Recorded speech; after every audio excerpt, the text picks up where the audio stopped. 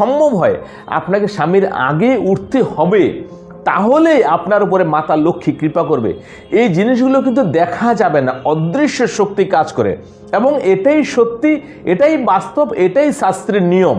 যদি এই নিয়ম যারা মেনে চলেছে তাদের জীবনে সুখই সুখ, আর যারা এই নিয়মকে মানছে না, ভাবছে স্বামী কি, স্বামী উঠে কাজে চলে গেল, আমি আমার মতো ঘুম থেকে উঠলাম, সূর্য উঠে গেল, কি হলো না হলো, আমার তো কোনো কাজ নেই, আমি উঠে কি করব।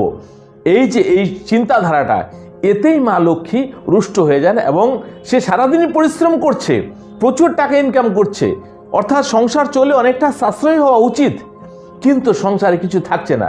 তার মানে ওর দোষ নেই।